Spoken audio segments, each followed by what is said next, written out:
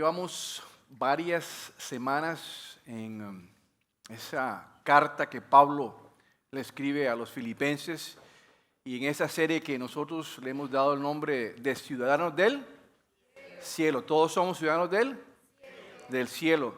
Y esta ha sido algo maravilloso. Yo no sé para ustedes, pero para mí ha sido una carta que he visto cómo Dios a través de Pablo la conecta desde la primera palabra que dice y la última palabra. Cuando cerremos esa epístola, cerremos esta carta en el capítulo 4, vamos a ver que Dios conectó a todo de una manera maravillosa. Y en cada instante, en cada lugar hay una enseñanza poderosísima para nosotros.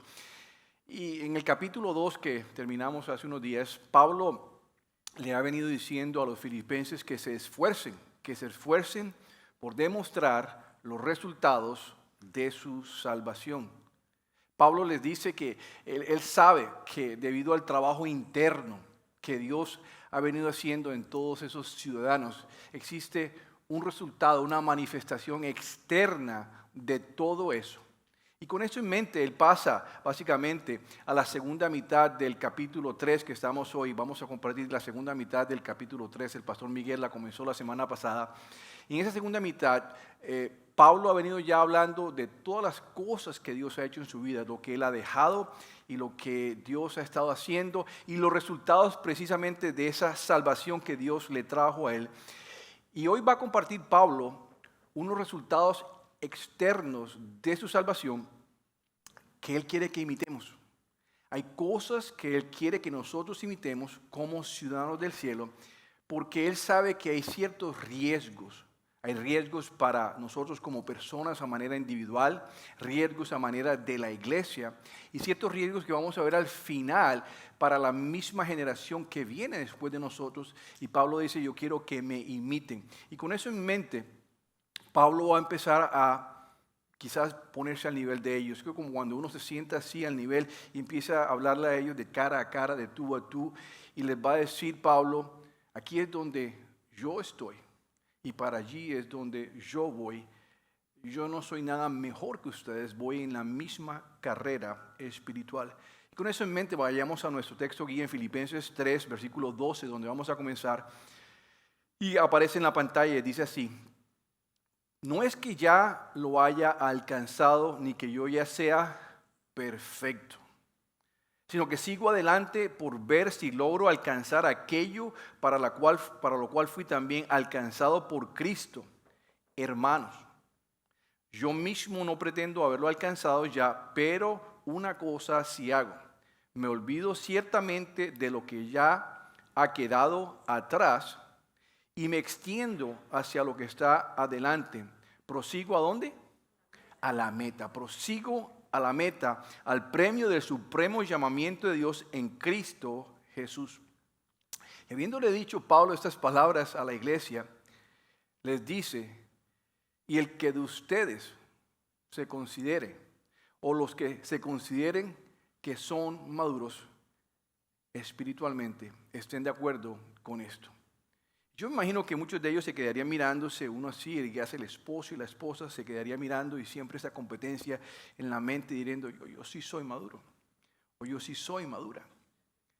Y eso sería como un reto, y la razón es que Pablo sabe que hay algo que está en riesgo, hay algo que él quiere resaltar. Y él va a resaltar unos aspectos necesarios en el proceso de crecer espiritualmente. Algo que es necesario, unos aspectos fundamentales en nuestra carrera espiritual hacia esa meta, hacia ese premio celestial, hacia ese premio de la perfección en Cristo que todos podemos tener más adelante. Y él va a resaltar esos aspectos y la pregunta para nosotros sería, ¿cuáles son esos aspectos? Pues tengo 3 aspectos de ese pasaje que quiero compartir para ustedes y para con nosotros, porque son importantes en esa carrera que todos tenemos hacia el premio, esa meta final de perfección en Cristo. Y van a aparecer en la pantalla. El primer aspecto que aparece es jamás, ¿qué? Dígale a la persona que está al lado, jamás retrocedas. Jamás retrocedas. Ese es el primer aspecto. Volvamos a nuestro texto guía, Filipenses 3:12 y el versículo 13 dice así. No es que ya lo haya alcanzado, ni que ya sea perfecto, sino que sigo, ¿a dónde? Adelante, así me gusta, con esa fuerza y energía, adelante, por ver si logro, y es un juego de palabras, por ver si logro alcanzar aquello para lo cual fui también alcanzado por Cristo Jesús. El versículo 13 dice, y me extiendo hacia adelante en ese proceso, en esa búsqueda, en esa carrera. Pablo nos está diciendo que ni retroceder, ni echar para atrás, ni quedarnos quietos o quedarnos estancados es una opción. Que la única opción es avanzar, echar hacia adelante. Y la pregunta sería, ¿hasta dónde, Pablo? Bueno, Pablo nos dice la respuesta cuando él dice, yo quiero avanzar. ¿Hasta dónde? Hasta avanzar, hasta alcanzar aquello para la cual yo fui alcanzado por Cristo. Yo quiero avanzar hasta alcanzar aquello para la cual yo mismo fui alcanzado por Cristo Jesús. La pregunta sería, ¿qué fue eso? ¿Qué fue lo que Jesús alcanzó? Pablo está diciendo, Jesús me alcanzó, me salvó con un propósito en mente. Y ese propósito con el cual me alcanzó, ese propósito con el cual me salvó, se ha convertido en mi meta espiritual. Se ha convertido en la meta de mi carrera espiritual. En otras palabras, yo quiero para mí, dice Pablo, lo mismo que Jesús quería para mí cuando me alcanzó, cuando me salvó. La pregunta sería, ¿qué era lo que Jesús quería para Pablo? ¿Qué era lo que Jesús quería para los filipenses? ¿Y qué es lo que Jesús quería para ti y para mí? Y nos va a ayudar a entender hacia dónde vamos nosotros caminando en esa meta espiritual. Y el apóstol Pablo nos da la clave en Romanos 8:29, escribiendo lo siguiente, y aparece allí en la pantalla.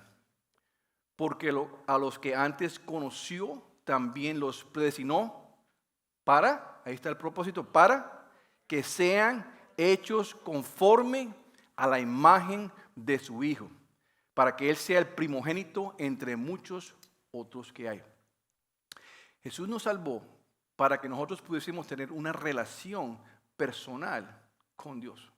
Jesús nos salvó para que pudiésemos tener una relación de paz, para que pudiéramos estar en paz con Dios, porque todos nacemos siendo enemigos con Dios. Pero Jesús también nos salvó para restaurar la imagen de Dios en nosotros, que se distorsionó, esa imagen se distorsionó en el huerto del Edén cuando Adán y Eva pecaron. Así que Dios nos quiere conformar a la imagen de su Hijo Jesús, y eso se convierte en la meta, ese se convierte en el propósito o la meta de nuestra carrera espiritual. El querer, el desear, el anhelar ser conformados a la imagen de nuestro Señor Jesucristo. Y lo más interesante es que Pablo nos dice, hermanos, yo no he llegado allí todavía. Yo todavía no tengo esa imagen. Yo no tengo esa perfección espiritual. Sigo avanzando, sigo corriendo esa dirección hacia el premio celestial, hacia el premio supremo de la perfección en Cristo. Quizás entonces la pregunta sería, ¿qué es necesario para poder avanzar? ¿Qué es lo que me da a mí lo que es necesario para poder avanzar? Y en ese pasaje podemos ver dos cosas que Pablo nos sugiere, que nos ilustra que es necesario para poder avanzar hacia esa carrera. La primera es que necesitamos una mejor condición espiritual. Como ciudadanos del cielo necesitamos una mejor condición espiritual. Es fácil entender muchas veces que casi todos necesitamos una mejor condición física. Si nos ponemos a subir hasta un segundo piso de una casa o un segundo piso de un edificio y vamos corriendo por las escaleras y vamos y volteamos y inmediatamente no necesitan ningún estudio de teología, ningún estudio de universidad para saber que necesitan una mejor condición física, que quedaron sin aire, que algo tienen que hacer en el ejercicio que hacen o en la comida que comen, pero necesitan una mejor condición física. Pues aquí Pablo nos está mostrando que necesitamos tener una mejor condición espiritual, que hay algo que necesitamos trabajar, porque todavía no somos lo que deberíamos ser, no somos lo que podríamos ser y todavía nos falta mucho para ese momento cuando nos veamos cara a cara con Jesús y seamos todo lo que Él quiere y quiso que nosotros seamos. Necesitamos una mejor condición espiritual. Y el apóstol Pablo, lo que me encanta a mí es que el apóstol Pablo, después de 30 años de ministerio, de estudio de teología, de estar cara a cara aprendiendo, dedicándose, enseñando, él dice, hermanos, yo aún no lo he logrado. Yo aún no he terminado esa carrera. Yo aún no he llegado a esa perfección espiritual. Sin embargo, voy corriendo, voy avanzando con todas mis fuerzas, con todo mi anhelo, porque el tiempo es corto, porque el tiempo apremia.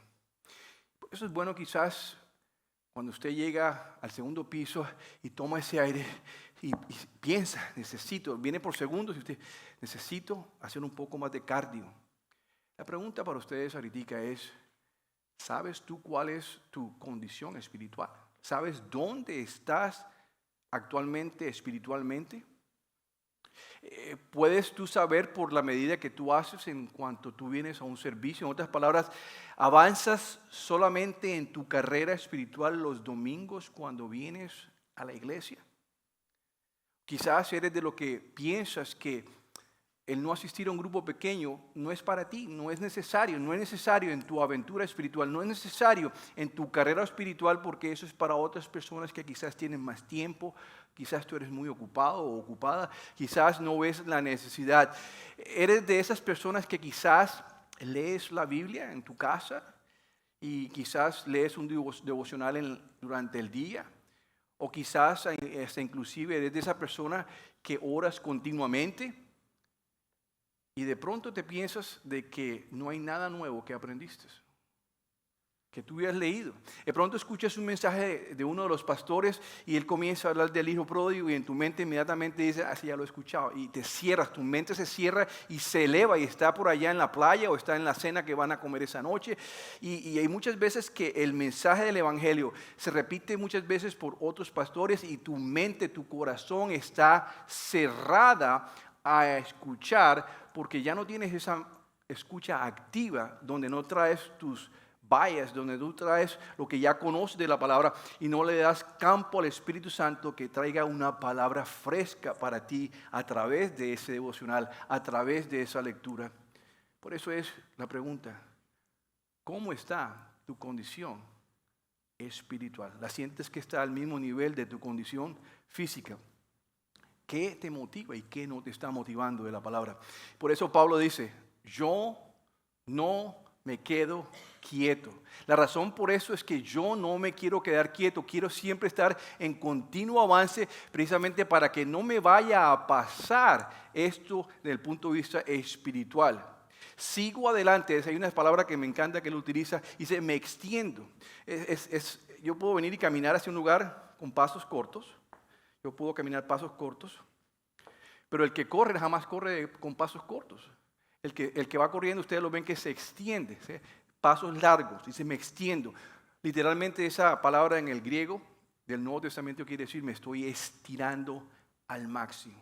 Me extiendo al máximo. ¿Por qué? Porque lo que Pablo quiere enseñarnos es que no debe haber atrofia espiritual. Atrofia espiritual. Que nuestros músculos espirituales no estén atrofiados porque nos hemos decidido quedar quietos o caminar despacio. Así que eso es lo primero que necesitamos, entender que necesitamos una mejor condición espiritual.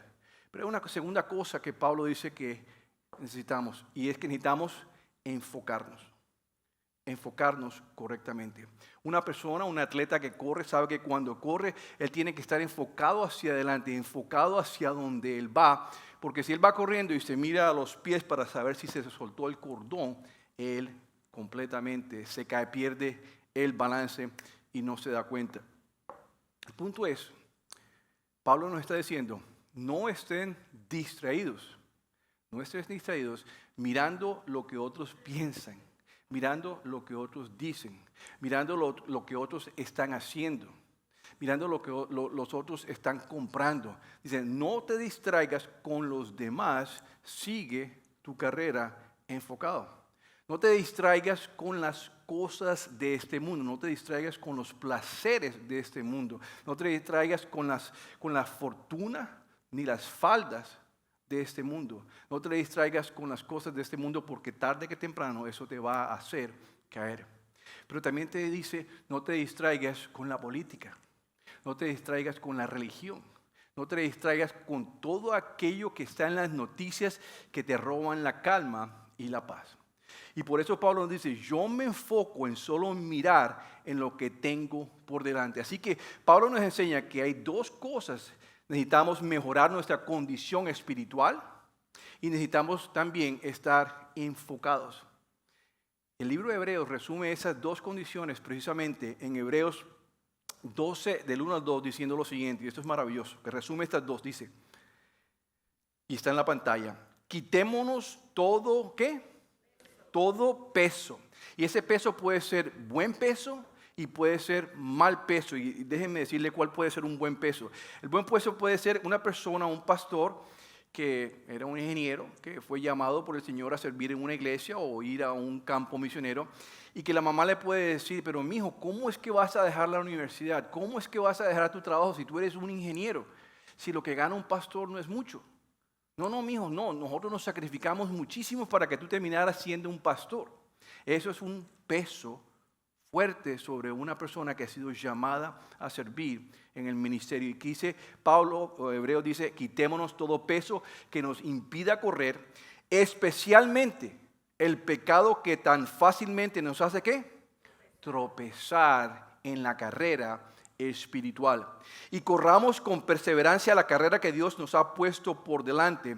Fíjense bien, esto lo hacemos al fijar la mirada en Jesús, el campeón que inicia y perfecciona nuestra fe. La condición espiritual hay que mejorarla y el enfocarnos en el personaje de Jesús, el autor de nuestra fe, es donde debemos de poner nuestra mirada. ¿Estamos? Amén. Perfecto. Entonces, el primer aspecto decíamos nosotros que es jamás retroceder. Jamás vamos a retroceder. El segundo aspecto que aparece en la pantalla es jamás mirar atrás. Digámoslo, jamás. Dígale a alguien que está al lado, jamás mires atrás. Filipenses 3:13 dice así, está en la pantalla. Pero una cosa sí hago, me olvido ciertamente de lo que ha quedado, ¿dónde? Atrás. Me olvido ciertamente de lo que ha quedado atrás y me extiendo a lo que está adelante. El olvidar todo significa olvidar todo, literalmente todo, todo tu pasado con cosas buenas y con cosas malas, con los triunfos y las victorias, con las cosas que hayas conquistado. Es olvidar esos nombres que nos dan las compañías. Bueno, ahora eres un administrador, ahora eres un gerente, ahora eres un presidente, ahora eres un ingeniero, ahora eres un doctor, ahora eres una enfermera. Todos esos títulos que nos llenan a nosotros de orgullo y son un buen punto de llegar hasta allá. Pero hay que olvidarlo todo y dejarlo atrás.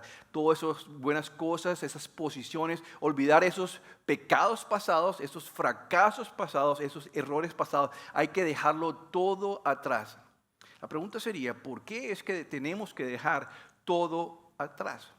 Porque nada de nuestro pasado es utilizado por Dios para diseñar y planificar el futuro que Él tiene para nosotros.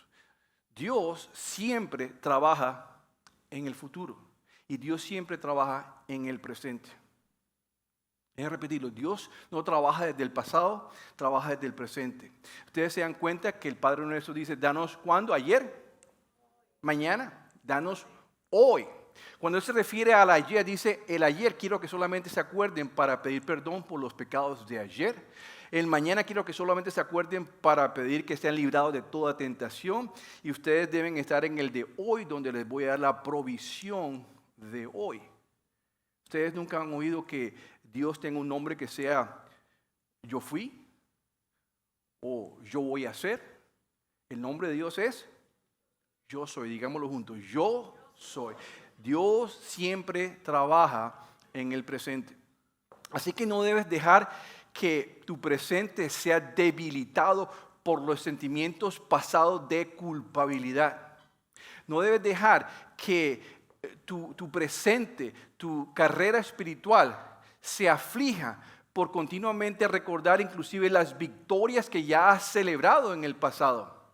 Porque el efecto de continuamente mirar atrás es lo que ha causado que muchos de nosotros estemos estancados mirando el pasado. ¿Cuánto les pasa que están, ay, mi época era mejor?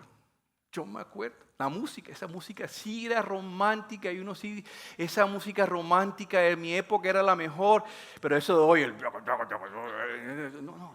O cuántos dicen, no, la ropa, antes sí uno se vestía en mi época, decimos, en mi época sí nos vestíamos modestamente, pero hoy casi salen desnudos. En mi época era prohibido ponerse un tatuaje, un tatú. Hoy vemos que eso, ¿qué estamos haciendo eso? Estamos continuamente trayendo el pasado al presente. Y fíjense, lo vamos a ver más adelante porque no le quiero dar todavía ese aspecto, pero hay un riesgo que corremos al hacer eso. Y una de las cosas que hacemos con eso es que no entendemos completamente hoy. No entendemos al muchacho de hoy, no entendemos al perdido de hoy, porque estamos creando una distancia con el ayer. Mi ropa era mejor, mi manera de escuchar la música era mejor. Y si ya de por sí la cultura actual hay diferencia, yo le sumo mi diferencia y tengo el doble de diferencia con la generación actual, hay un riesgo grandísimo, que lo voy a hablar al final, que tú y yo queremos evitar. Pero fíjense, el no olvidar su pasado, crea un ancla. Imagínense que ustedes tienen un ancla. Ustedes tiran un ancla y quedan anclados. Y los que tienen bote entienden que es difícil avanzar en su bote si todavía está anclado. Y cuando nosotros recordamos y vivimos en el pasado, tenemos la mente anclada en el pasado y quedamos estancados. Por más fuerza que tenga el motor, por más de lo que queramos avanzar y alejarnos, el ancla mental no nos deja avanzar y eso se convierte en una tragedia, y vamos a ver, en una tragedia para sus vidas, para su presente y para esta generación. Y fíjense bien, en un pasaje que voy a hablar en unos momentos, Jesús resalta la tragedia grande de mirar hacia atrás. Siempre que en la Biblia se nos habla, dice que muchas cosas pudieron haber sido escritas en la palabra, pero esas que fueron las que son suficientes y necesarias para la obra que el Espíritu Santo está haciendo hoy en la iglesia. Es decir, cada palabra fue seleccionada específicamente. Hay palabras que uno pensaría que deberían estar y no están, y hay unas que están, y tenemos que preguntarnos por qué Dios escribió estas palabras, por qué permitió, qué fue lo que esto permitió que esta palabra tuviera un cupo en la Biblia. Hay un pasaje en la Biblia que es uno de los pasajes cortos que Jesús escribió, y está en la pantalla, Lucas 17:32, que dice, acuérdense de la mujer de Lot. Jesús pudo haber escogido muchas otras mujeres para haber dicho, acuérdense de esta u otra mujer, pero dijo, acuérdense de la mujer de Lot. Jesús, esa mujer que le virtió el perfume costoso para ungirlo, él solamente dijo, acuérdense de la obra que hizo ella, acuérdense del hecho que hizo ella, pero nunca dijo, acuérdense de esta mujer, acuérdense de lo que ella hizo, de la obra. Sí, Jesús no dijo, acuérdense de Sara, que tuvo un bebé a los 90 años sin epidural, ¿verdad? No dijo, acuérdense de Eva, la mujer 90, 60, 90 o 60, 90 que yo he hecho, la mujer más perfecta que yo he hecho. No, acuérdense de ella. No dijo. Jesús no dijo, acuérdense de mi mamá. Dijo, acuérdense de la mujer de Lot. Eso tiene que tener algo de importancia en nuestras vidas. Si ustedes se acuerdan que esa mujer de Lot está relacionada con Lot y la gran tragedia que pasó en Sodoma. Y cuando Dios les manda y les advierte a Lot y a su familia, fíjense que a esta mujer ni siquiera le dieron un nombre. Eva le dieron Eva, María le dieron María. Esta mujer no era ni tan importante que se acuerdan de ella en la Biblia como la mujer de Lot, esa señora. El punto es que un ángel les dice, corran, ¿y qué? Y no miren hacia atrás. Escuchen bien, no se detengan, porque si no van a ser destruidos. Y Génesis que aparece en la pantalla, Génesis 19:26, nos narra el evento trágico de ella. Pero la esposa de Lot, ¿qué hizo? Miró hacia atrás mientras lo seguía y quedó convertida en una estatua de sal. Usted ya lo sabía. Quiero resaltar lo siguiente: sea lo que sea la razón por la cual esta mujer, la esposa de Lot, miró hacia atrás, le costó su vida. Literalmente quedó estancada en su pasado. Quedó estancada en su pasado. Sea lo que sea por la razón por la cual ella miró atrás, pudo anhelar su casa, el salón de belleza, no sé, el que le hacía el spa, quién sabe, el supermercado local. Sea lo que la hizo, que era tan fuerte eso, que no lo sabemos, que la hizo mirar hacia atrás, que literalmente le costó la vida y la estancó como una estatua de sal. Fíjate bien que eso puede estar sucediéndole a muchos de ustedes. Muchos de ustedes, como ciudadanos del cielo, están estancados en un lugar. Esta mujer de Lot tenía que salir de Sodoma e ir para un lugar donde estaban yendo. Hay una distancia entre Sodoma y el lugar donde iban. Y en algún momento de esa travesía, ella decide mirar hacia atrás y ahí quedó, en la mitad de su travesía. Desde un lugar de juicio a un lugar de esperanza. De un lugar de juicio a un lugar de nuevas oportunidades. Ella quedó trancada en la mitad de ese proceso. Hermanos, tú y yo, como ciudadanos del cielo, lo dice claramente, somos ciudadanos del cielo. Esta tierra no es nuestro lugar permanente. Vamos en transición hacia nuestra tierra prometida, hacia nuestro premio celestial, hacia estar eternamente con el Padre. Sin embargo, muchos de ustedes están como estatuas de sal en medio de la tierra, en medio de este lugar, porque continuamente están mirando su pasado, sus fracasos, sus circunstancias, su esposa, su esposo y todo lo demás. Amén. En vez de ser sal para este mundo, están siendo estatuas de sal en medio de este mundo. Es una gran diferencia. En vez de ser salar este mundo con el evangelio, están siendo una estatua de sal que también están estancados en su estatua. ¿Estancados en qué? Escuchen bien. En divisiones, en dolor, en decepciones, en infidelidad, en traumas, en desánimo, en desilusiones, en amargura, en ira, en falta de perdón, en expectativas, en resentimientos. Están estancados pensando, uy, ¿qué pensarán de mí? ¿Qué dirán de mí? Están estancados en expectativas, están estancados en el COVID. Muchos de ustedes siguen en el 2020 estancados en el COVID. Muchos de ustedes continuamente hablan, es que la vacuna me hizo esto, es que la vacuna, eso ya pasó. Jesús está en el 2023 y ustedes siguen en el 2020 pensando en el COVID y lo que la vacuna le hizo. Y Dios le dice, están siendo estatuas. Paren de hablar, iglesia, de lo que ya pasó. Paren de hablar de lo que no pasó y piensen más bien que es el futuro que Dios tiene para cada uno de nosotros. Amén. No se sientan regañados, siéntanse animados, porque quiero es que romper esas estatuas de sal en sus corazones. Así que el primer aspecto es jamás retroceder. El segundo aspecto es jamás.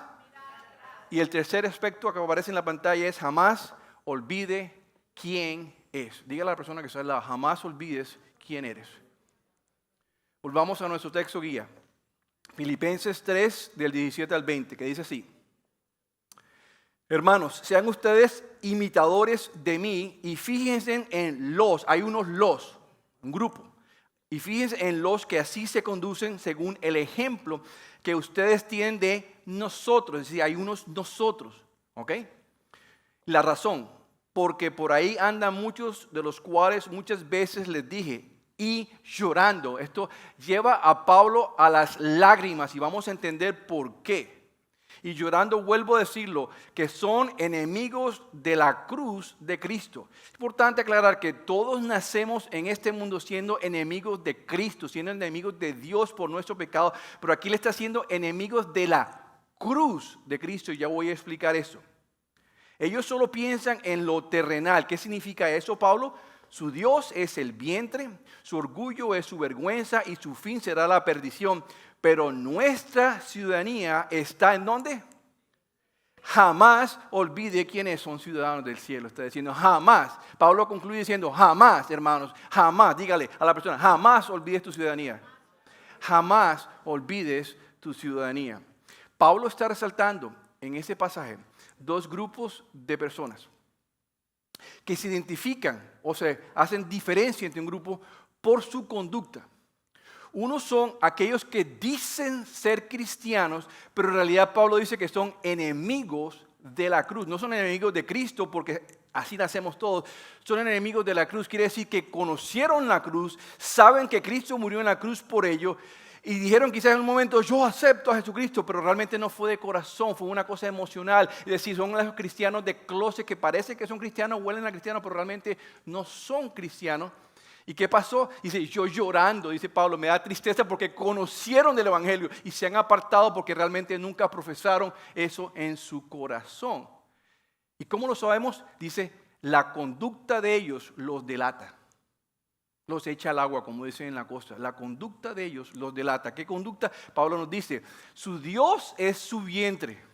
Su Dios es su apetito. En otras palabras, se la pasan alabando y adorando al pan y al sancocho y a todo lo demás, la comida, todo esto lo que estás comiendo, la comida, dice, lo están adorando en todo momento. Y dice además, su orgullo se convierte en vergüenza.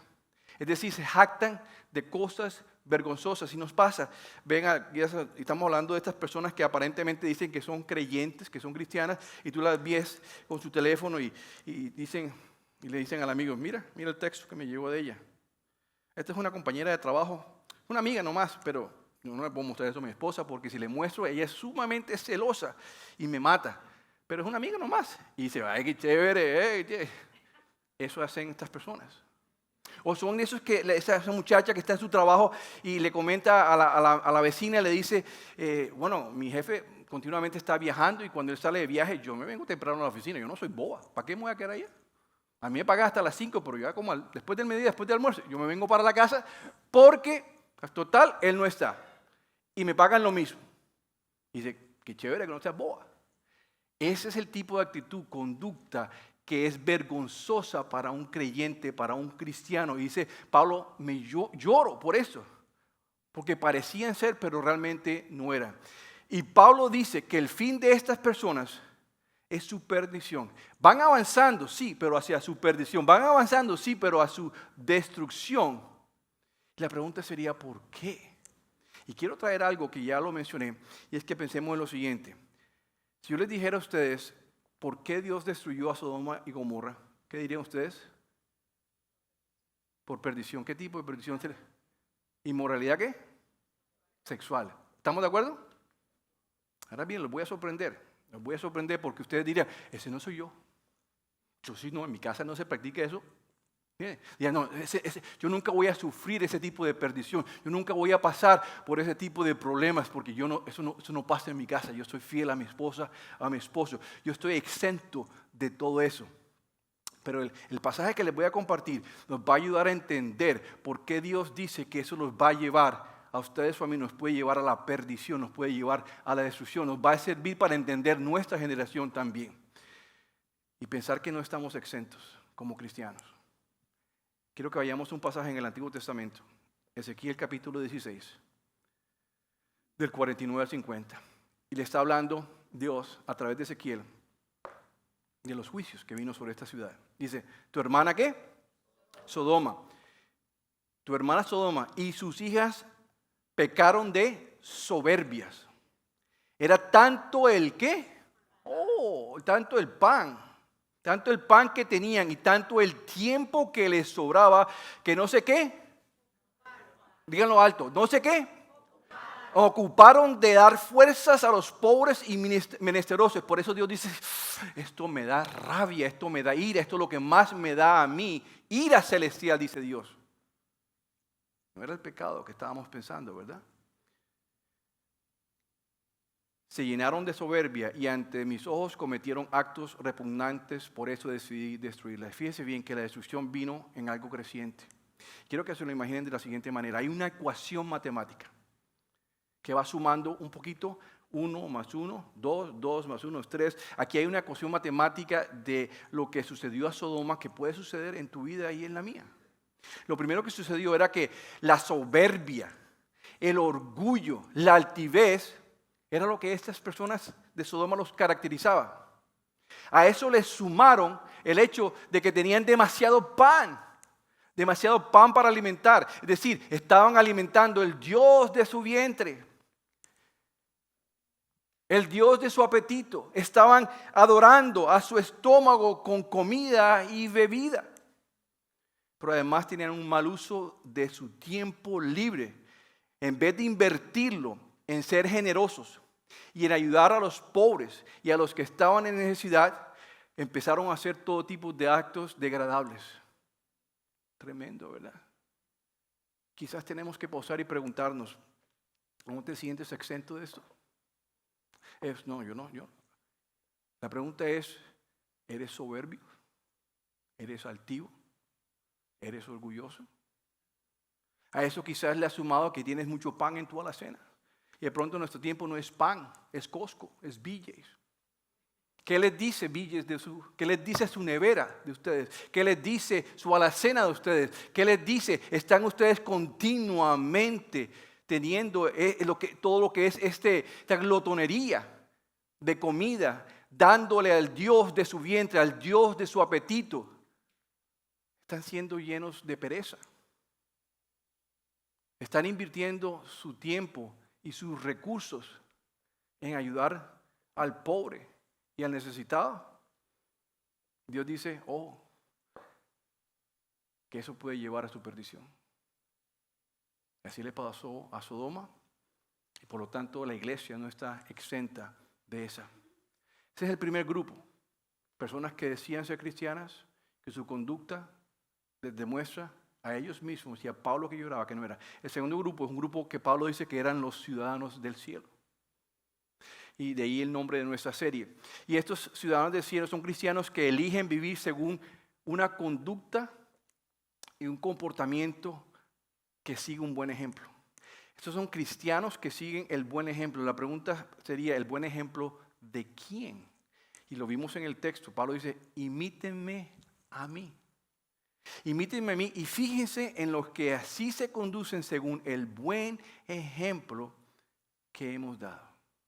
El buen ejemplo es necesario. El buen ejemplo es lo que nos permite seguir moviéndonos adelante. Fíjense bien, así como en los tiempos de Pablo, habían ciudadanos del cielo que servían de buen ejemplo para poder avanzar. En nuestros tiempos, tú y yo somos ciudadanos del cielo que Dios nos ha llamado a ser buenos ejemplos para que nosotros podamos avanzar, para que la siguiente generación tenga algo en donde apoyarse. En otras palabras, si nos olvidamos de todo esto, la siguiente generación que viene no va a tener donde apoyarse. Ahí es el gran riesgo de tu carrera espiritual, en lo que vas a dejarle a este mundo después de que partas. El punto es lo siguiente, hay que aprender a pasar el bastón. Cuando veníamos corriendo, decíamos que esta es la carrera, y venimos corriendo, y vamos corriendo, y vamos corriendo, y le viene el de atrás, y le pasamos el bastón, y él lo coge, y sigue adelante. El punto es, en una carrera de relevo, hay una zona de intercambio, digamos que la zona es de aquí hasta aquí. Y esta persona que viene atrás con el bastón, realmente yo lo estoy esperando, voy a esperar aquí el bastón, yo tengo toda esta zona, yo me enfoco no en la zona, no en los cordones, no en el muchacho que viene, yo me enfoco en correr. Y hay una zona que está delimitada por una zona específica de distancia y un tiempo limitado en el cual esa persona me tiene que entregar el bastón. Si yo llego a coger el bastón por fuera de esa zona, el equipo queda completamente descalificado. Es un tiempo específico. Quiero que fijen lo siguiente, y esto es lo más hermoso. Ustedes como ciudadanos del cielo, hermanos, este es su tiempo. El tiempo donde ustedes están, vivan 50 años, 100 años, el tiempo que les queda por vivir es su tiempo para estar en la zona. El mundo es su zona de intercambio. Están en un mundo donde Dios los puso y ese tiempo, esa zona donde el mundo los puso es para que ustedes se equipen y ustedes lleven el bastón, porque si no llevan el bastón y lo dejan caer, la siguiente generación van a perder la oportunidad de tener algo diferente. Fíjense bien, ninguno de ustedes está en esta generación por equivocación. Dios fue el que los puso. Ustedes no nacieron en los tiempos de Cristo, nacieron en el tiempo de la iglesia, están aquí en el contexto de esta iglesia local, nacieron de su papá y su mamá cuando Dios lo determinó. Y ustedes están aquí hoy en Christ in Us, porque así Dios lo ha querido. De alguna manera Dios es soberano, lo ha causado, lo ha permitido. El punto es que este es tu tiempo y Dios te ha dado a ti dones. En vez de bastones, te ha dado dones espirituales para que tú puedas servir, no para que te llenes de pan, no para que pierdas tu tiempo, sino para que estés activamente corriendo lo más fuerte y llevando. Y vivan su ciudadanía celestial y pasen el bastón a la siguiente generación. Porque hay un riesgo. Y les voy a mostrar el riesgo porque aparece en el Antiguo Testamento y los que nos puede pasar a nosotros. Jueces 2:10, el último versículo que sale en la pantalla. Y murió esa generación, murió toda la generación de Moisés, la generación de Josué, y dice, y murió también toda esa generación y se reunió con sus antepasados. Después de ellos vino otra generación que no, ¿qué? Que no conocía al Señor, ni sabía lo que el Señor había hecho por Israel. Dejaron caer el bastón. Hermanos, esta es tu generación, este es tu tiempo. A veces pensamos que nosotros podemos perder casas, que podemos perder hijos, que podemos perder propiedad, que podemos perder personas en el contexto del ministerio, que las personas van o vienen. Hermanos, nosotros no podemos perder nada porque todo le pertenece a Dios. Si ustedes se van todos, les garantizo que el Señor en 1 mes o 2 meses vuelve y llena la iglesia, porque es la obra de Dios. Nosotros solamente somos administradores. Lo que sí vamos a perder, escuchen bien, es la oportunidad. La oportunidad de ser cargadores de ese bastón. Yo no quiero ser una persona que desperdicie mis oportunidades, por eso estoy aquí enseñando. Y quiero invitarlos y animarlos de que hay un riesgo en la siguiente generación, lo vimos en el Antiguo Testamento, hay un riesgo si tú no tienes en tus manos tu bastón, si tú no estás haciendo la labor de entregar el amor que Dios te dio, la pasión que Dios te dio, la misericordia que Dios te dio, la sabiduría que Dios te dio, el tiempo en un grupo pequeño que Dios te dio, si no entregas todo lo que Dios te da y te lo llevas en tu ataúd, va a quedar lindo. Pero de nada eso te llevas. Si lo entregas, lo verás del otro lado. Lo sembraste y lo recogiste del otro lado. ¿Qué vas a dejar? ¿Qué estás dejando? ¿Tu casa? ¿Tu carro? No sé. ¿Qué es lo que te ata a este mundo? ¿Tu estómago? ¿Tu tiempo? ¿En qué lo estás invirtiendo? Que no nos pase como le pasó al pueblo de Israel. Que aparezcamos nosotros como Christ in Us, como la iglesia que dejó caer la pelota. Sino que más bien podamos salir todos gozosos a celebrar lo que Dios hizo a través de nosotros. ¿Cómo lo hacemos? ¿Cómo lo logramos? Jamás retrocediendo. Jamás y jamás olvidándonos que somos hijos de Dios. Voy a orar por ustedes. Inclinemos los rostros. Padre Santo, damos gracias por esta iglesia y damos gracias por cada una de las personas que están aquí. Por Señor, son maravillosos, Señor. Qué bueno eres, Señor, a través de este libro de Filipenses, enseñarnos tantas maravillas. En una manera dulce, una manera llena de gracia y amor. Recordar de que, Señor, así perdamos familia, así perdamos un hijo, así perdamos un carro, una casa, así perdamos el trabajo, así perdamos todo, perdamos aún la vida. La mejor inversión que nunca perderemos es invertir en el reino de Dios. Es saber de que todo te pertenece. Y de que si queremos llevar ese bastón de amor, ese bastón de compasión, ese bastón de fidelidad, ese bastón de el evangelio de salvación en esta generación hasta la otra generación, para que la otra generación tenga algo en que apoyarse y que no nos pase como le pasó al pueblo de Israel, que no te conocieron, que nunca tengamos esa culpa en nuestro corazón, Señor, sino que más bien tengamos ese deleite de celebrar que fuimos utilizados. Iglesia, déjalo todo en el campo, en la zona de intercambio de la tierra donde Dios te ha puesto. Y oramos y damos gracias por esta oportunidad. En el nombre de tu Hijo Jesús. Y la iglesia dice, amén. Los amo, iglesia.